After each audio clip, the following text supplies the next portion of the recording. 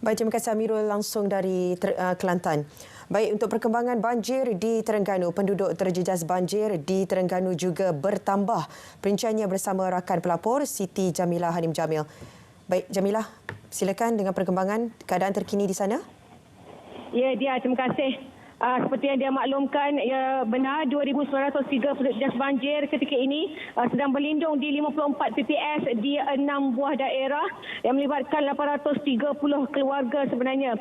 Dan daerah Dungun masih lagi merekodkan jumlah penduduk terjejas banjir paling tinggi, iaitu 1,220 orang.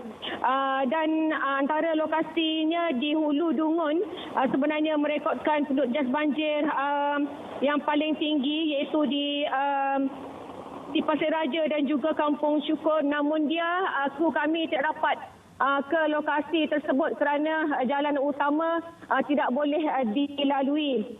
Dan di Hulu Terengganu juga turut merekodkan pertambahan kepada 768 terjejas banjir yang berlindung di 13 PPS di Hulu Terengganu.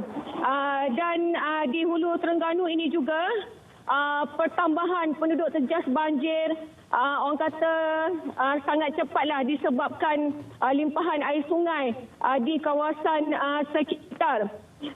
Dan juga di daerah Besut 240 penduduk terjejas banjir telah pun dipindahkan.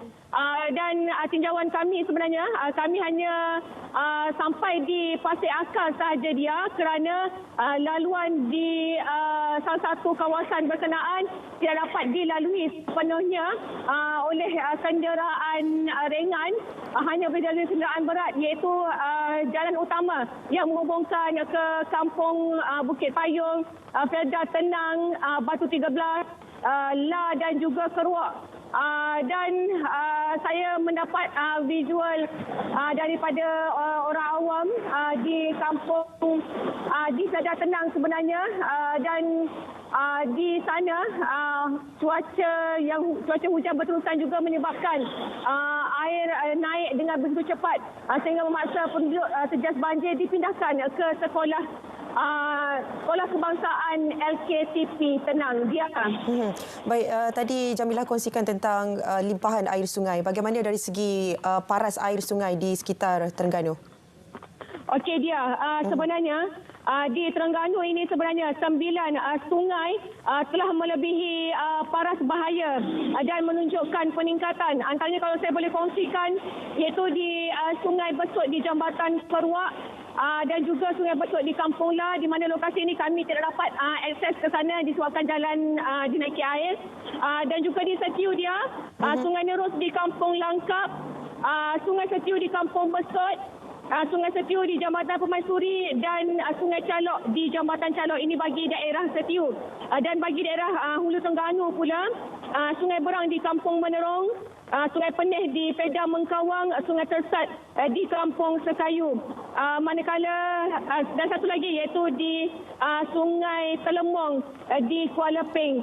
Bagi daerah Dungun dua sungai yang melebihi paras bahaya, iaitu di Sungai Dungun di Kampung Pasir Raja dan juga Sungai Dungun di Jambatan Jerangau. Sungai Dungun di Kampung Pasir Raja ni di mana lokasi kami tidak dapat ke sana kerana limpahan air di jalan utama. Dan dijangkakan sebenarnya lebih ramai penduduk terjejas banjir akan dipindahkan kerana ketika ini hujan tanpa henti sebenarnya di hampir ke 6 daerah sejak pagi tadi sehinggalah sekarang Ya. Baik, terima kasih Jamilah untuk perkembangan langsung dari Terengganu. Baik, diharapkan penduduk yang berada di kawasan terjejas banjir segera bersabar dan juga mengikut arahan daripada pihak berkuasa.